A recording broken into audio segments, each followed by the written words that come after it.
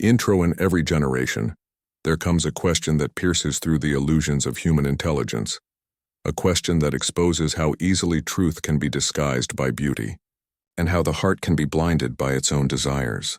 Today we ask one of the most disturbing questions of all time. Why will women love Dajjal? This is not a question of gender. It's a mirror reflecting human weakness. It's a prophecy that reaches beyond time, echoing through the verses of Revelation and the logic of philosophy. The messenger of Allah warned that the greatest fitnah, the greatest trial, will be the coming of Al-Masih ad-Dajjal. And in his warning, there was a detail that shook the hearts of the believers, that women would be among the first to be deceived by him. But why? Why would women, the nurturers of life, the keepers of compassion, the hearts of every home, fall under the spell of the greatest deceiver? To explore this, we step beyond the surface of the Hadith and into the realm of human psychology, philosophy, and illusion. And to understand deception in its purest form, we invoke the perspective of one of Indonesia's most thought-provoking minds, Rocky Gerung, a philosopher who challenges the comfort of ignorance, who questions everything that pretends to be truth. Because to understand Dajjal is to understand the politics of illusion, the philosophy of desire, and the crisis of intellect that blinds human beings from divine reality. This is not a tale from the past. It is the mirror of the present. So prepare your mind and your heart, for in this journey, we will explore 7 dimensions of the prophecy, 7 reflections of why the most intelligent, emotional, and spiritually sensitive beings could fall in love with the greatest liar in history. Let us begin. Rocky Gerung once said, "Kebenaran tidak membutuhkan pengikut, hanya membutuhkan kesadaran." And this single line holds the key to understanding the Dajjal's attraction. The Dajjal will not force you to follow him. He will make you want to follow him. He will not demand worship. He will inspire desire. In the age of illusion, beauty is no longer natural. It is engineered. Attention is the new currency, and emotion is the easiest product to sell. Dajjal's power lies not in armies but in ideas, not in weapons but in imagery. His miracles will not be of faith but of technology and spectacle. Illusions so convincing that even the eyes of believers will tremble. Women, being emotional and empathetic by nature, will feel the force of this deception most intensely, not because they are weak but because they are deeply connected to emotion. And emotion, when detached from revelation, becomes the most powerful tool of manipulation. Imagine a world where false compassion replaces divine truth. A world where justice is marketed through screens and goodness is redefined by trends. In such a world, the Dajjal will not appear as a monster but as a savior. He will speak the language of peace, equality, and love, the very ideals that the modern world already worships. But behind those words lies a hidden hunger, the hunger to replace God with man, and revelation with reason. The Dajjal will present heaven on earth, comfort without faith, freedom without accountability, pleasure without limits. And in that mirage of paradise, the heart that seeks comfort more than truth will fall. This is the tragedy Rocky Gerung often highlights in his philosophical dialogues, that human beings no longer love truth, they love comfort. We no longer worship the divine, we worship convenience. When logic becomes entertainment and faith becomes a costume, illusion takes the throne. Thus, the first reason women, and indeed humanity, will be drawn to Dajjal is not out of rebellion but out of longing. A longing for security, beauty, peace, and love, but without the weight of surrendering to Allah. In every civilization, women have carried the moral and emotional backbone of society. When their values are shaken, the soul of a nation trembles. The Dajjal's world will not attack women directly. It will redefine womanhood. Today, we already see the shadows of this transformation. The definition of beauty, success, and freedom has been rewritten by systems that profit from insecurity. What used to be natural pride and modesty is now mocked as weakness. What used to be strength and faith is now labeled as oppression. And in this confusion of values, identity begins to dissolve. Rocky Gerung often says, "Manusia kehilangan makna karena berhenti berpikir." This perfectly explains the second layer of the Dajjal's deception. He will make people feel, but not think. Emotion will dominate intellect and opinion will replace truth. For women, this is an especially deep trap. because modern society already conditions emotion as a tool of validation. Social media has turned attention into approval, and approval into identity. The Dajjal will magnify this illusion, giving every individual a digital mirror that reflects their ego instead of their soul. He will tell women that they are free, yet their freedom will serve his system. He will say they are powerful, yet their power will be chained to vanity. He will promise equality, but at the price of morality. The Hadith describes that when Dajjal appears, people will run to him thinking he brings mercy. But what he brings is confusion, packaged as enlightenment. Women will gather to see him, drawn by his charm, his kindness, his miracles, unaware that they are looking at the embodiment of falsehood. Rocky Gerung's critique of modernity aligns perfectly here, that our age worships appearances over essence. We live in a civilization that measures value by visibility. Whoever appears kind must be good.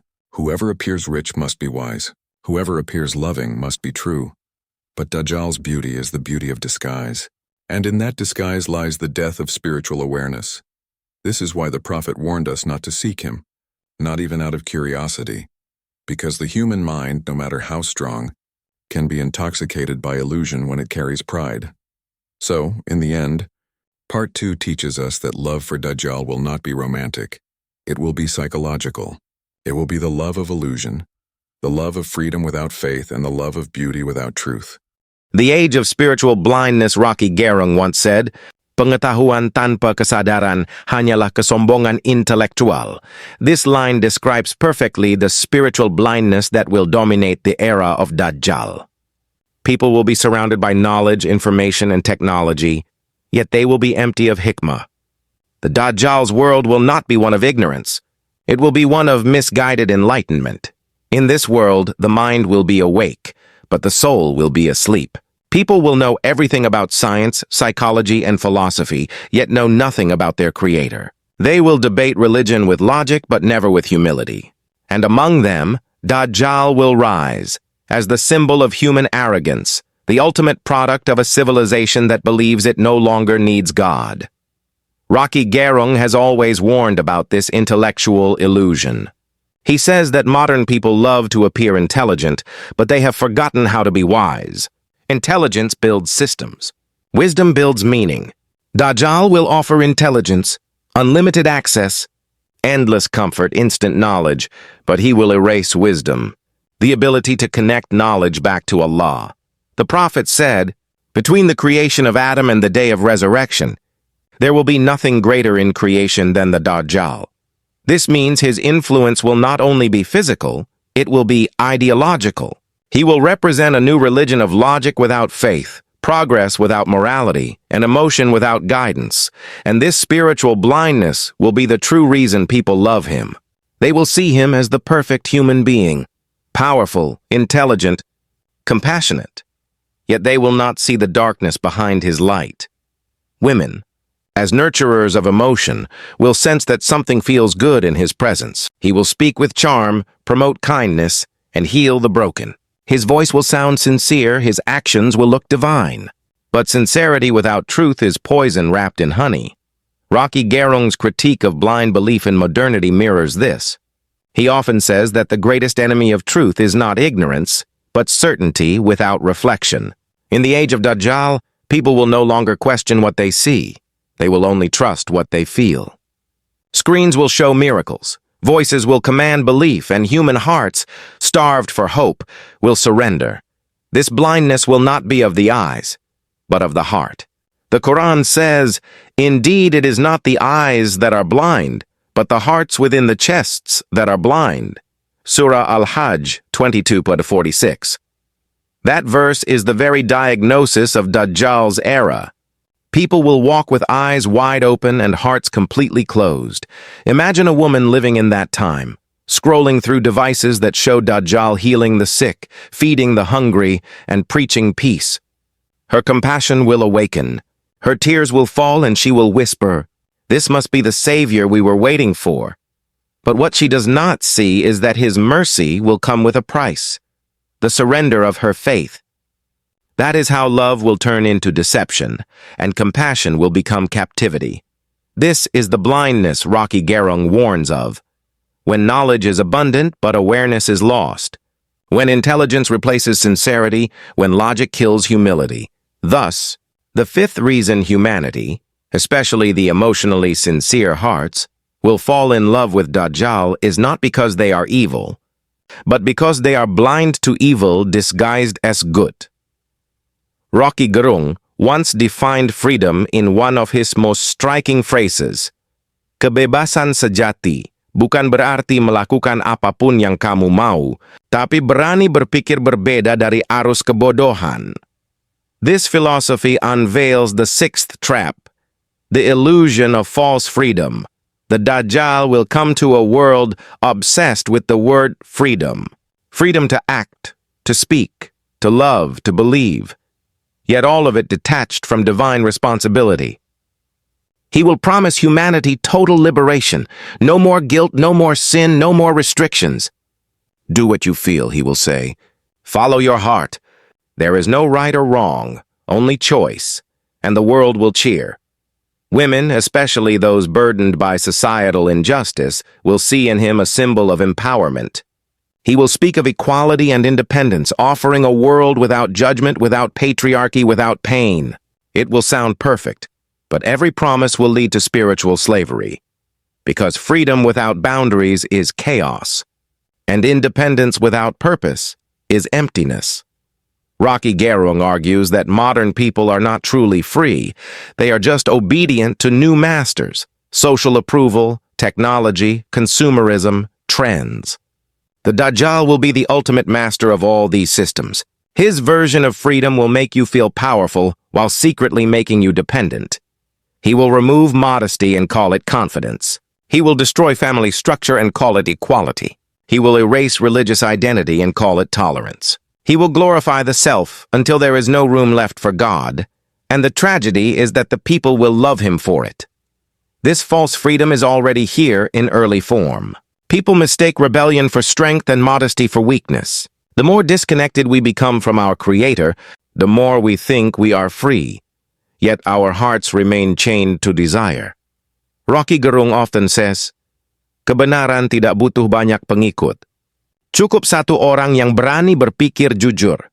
That honesty will be the rarest form of freedom in the time of Dajjal. Because when lies dominate the world, truth-telling becomes rebellion. The prophet described that Dajjal will command the sky to rain and the earth to produce crops, and it will obey him, not because he is divine, but because Allah will allow his illusion to test humanity. His followers will eat and live in luxury, while the believers who resist him will face hunger and hardship. Yet those who stay firm will taste the true flavor of freedom, the freedom of faith. This is what Rocky Gerung's philosophy of freedom through thinking parallels. To think independently, to resist mass illusion, to question false narratives. That is the mental jihad of the believer.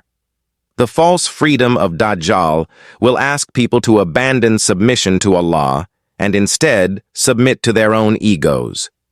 He will redefine liberation as the removal of God. But in truth, every step away from Allah is not freedom. It is another chain. So, the sixth reason humanity, especially women, will be drawn to Dajjal is because he will sell them a version of freedom that feels beautiful, empowering, and peaceful. Yet beneath that beauty lies spiritual captivity. The seduction of emotion. Rocky Gerung once said, "Cinta tanpa logika hanyalah candu." And perhaps no sentence better explains the next layer of the Dajjal's deception. The Dajjal will not command armies of soldiers. He will command armies of emotions. He will not conquer lands. He will conquer hearts. He will not build cities. He will build desires. Women, by the divine design of compassion, carry a heart that feels deeply. And in those depths lie both their greatest strength and their greatest vulnerability. When the world collapses under war, hunger, and chaos, emotion will become the most powerful currency. Dajjal will offer comfort when the world offers pain, and his comfort will seem like mercy from the heavens.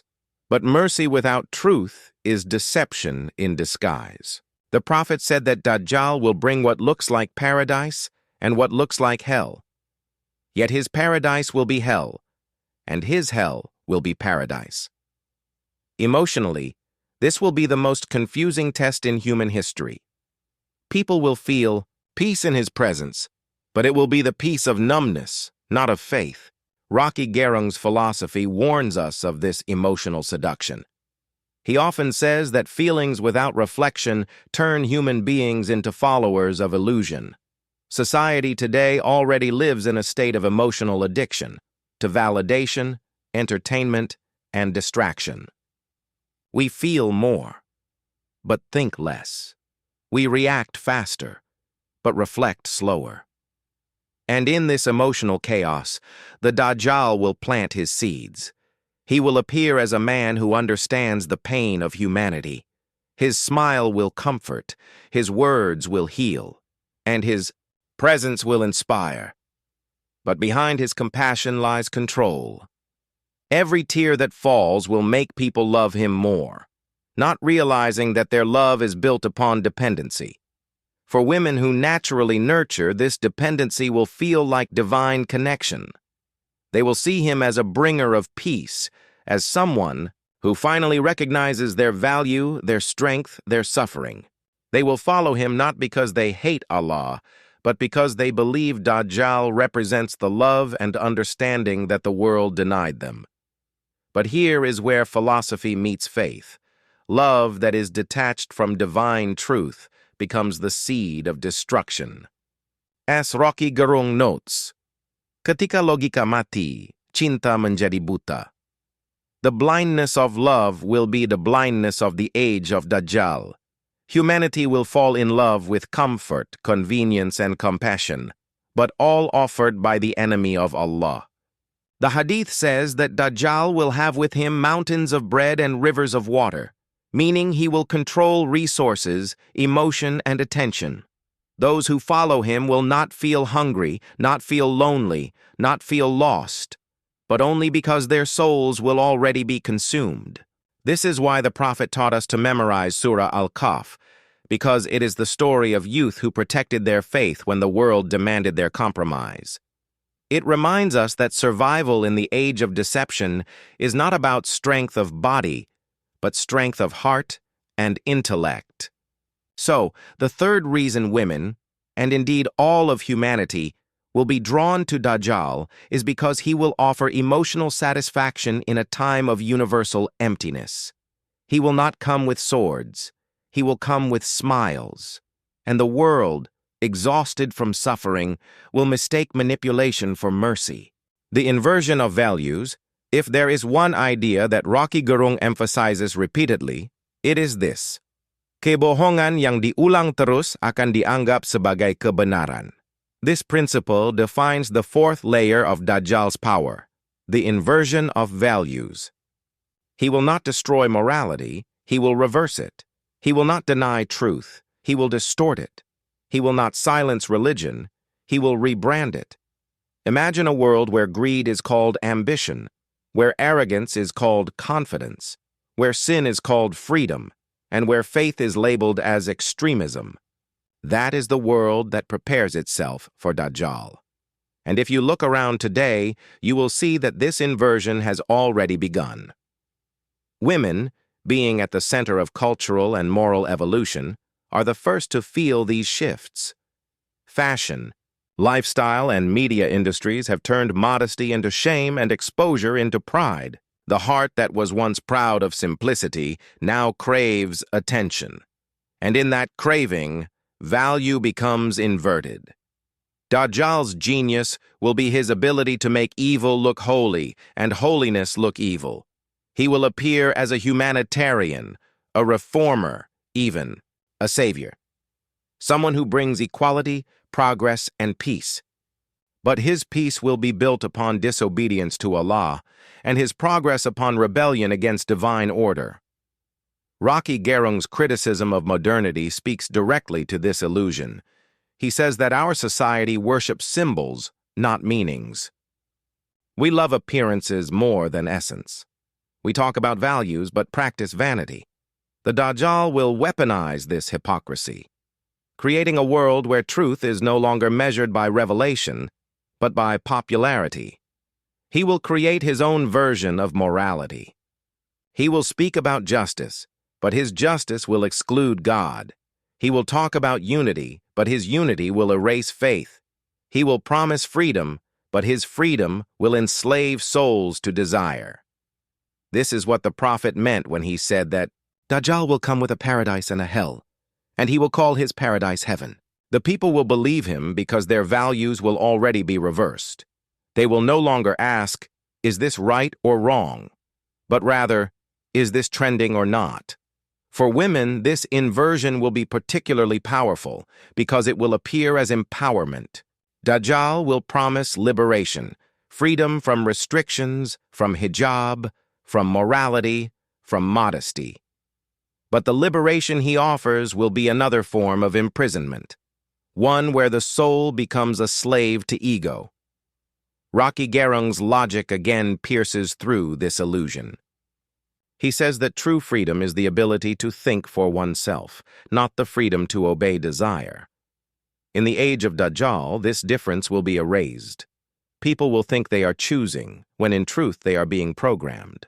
The prophet described that when Dajjal appears, he will move swiftly across the world, spreading his message like fire. He will have with him what looks like rain and crops, symbols of economic control and emotional influence. Whoever follows him will prosper in worldly terms, and whoever resists him will suffer in material poverty, but remain rich in faith. Dajjal's greatest weapon is not war, but definition. He will redefine words, morals, and emotions. And the more people repeat those false definitions, the more they will forget the truth they once knew. It is here that philosophy meets revelation. Again, for when lies become normalized, truth becomes offensive. When deception becomes culture, the believer becomes a stranger. And that is why the prophet said, Islam began as something strange, and it will return to being strange. In the age of Dajjal, the strange ones, those who question, who think, who hold to truth, will be the only ones truly free. The final awakening Rocky Gerung once reflected, kebenaran sejati tidak datang dari kemenangan, tapi dari kesadaran. True truth does not come from victory, but from awareness. This awareness, this awakening, will be the final weapon of the believer against the deception of Dajjal. The last and most profound reason women, and humanity as a whole, will love Dajjal is because he will reflect what they secretly desire most. He will not only appeal to emotion or intellect, but to the self-image of every individual. He will show you a version of yourself that looks perfect, successful, loved, powerful, complete. He will make you believe that you can have heaven on earth without struggle, without prayer, without submission. He will whisper, you deserve happiness now. And in that moment of temptation, the believer will face their greatest inner war, not against Dajjal, but against the self. The prophet said that when Dajjal appears, believers will flee to the mountains, reciting Surah Kahf to protect their faith. Why? Because Surah Kahf is the story of tests, the test of faith, of wealth, of knowledge, and of power.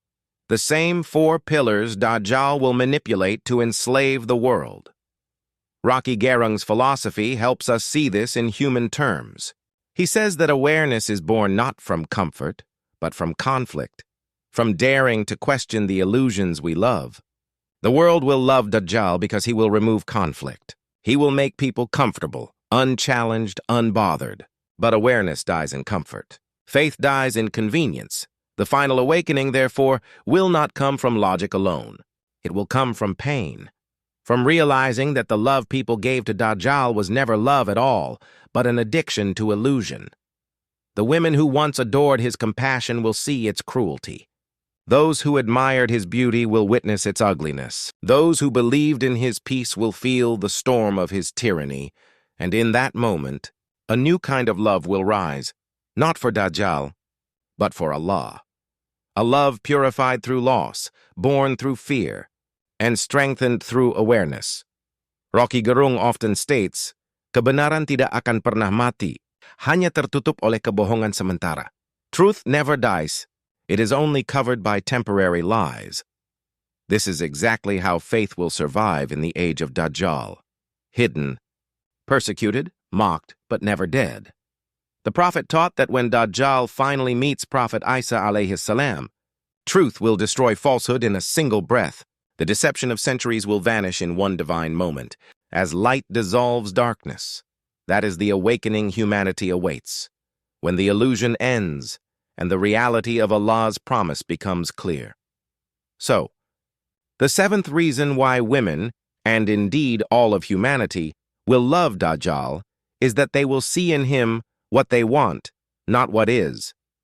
They will project their hopes, their dreams, their pain onto his image.